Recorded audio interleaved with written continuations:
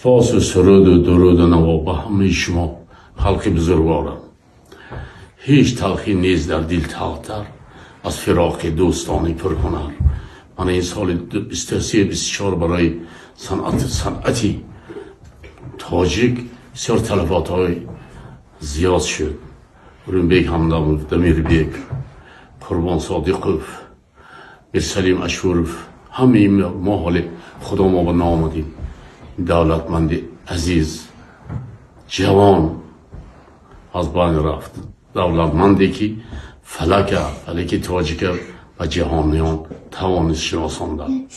من دولتمند از سال 1083 همکاری داریم، برادر هستیم. اولین 20 سال در صحنه من کنسرت داشتم. دولتمند از کولاب راه برای التماس کردم فرستاندن، همراه برآمدیم. بعد از همون دولتمند قتی تایلند رفتیم، ژاپن رفتیم، ازبکستان، دیگر جایها بسیار همراه هنرنمایی کردیم. برای تمام صنعتکاران، برای شنوندگان تمام فارسی زبانهای دنیا تلفات کلان است. صد افسوس که من دیگر دولتمند قتی کوچه وا نمیخورم. چخیلی که زفرکا، آدینکا، عبدالله اکا، بای بمدکا نیستیم.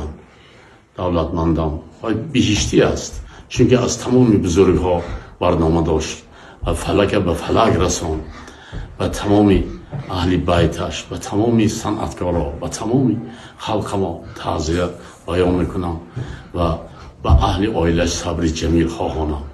در تا یک تاجیک است خدا خواهد دولتمند سروداش جاودانه است. جایش از جنت باد.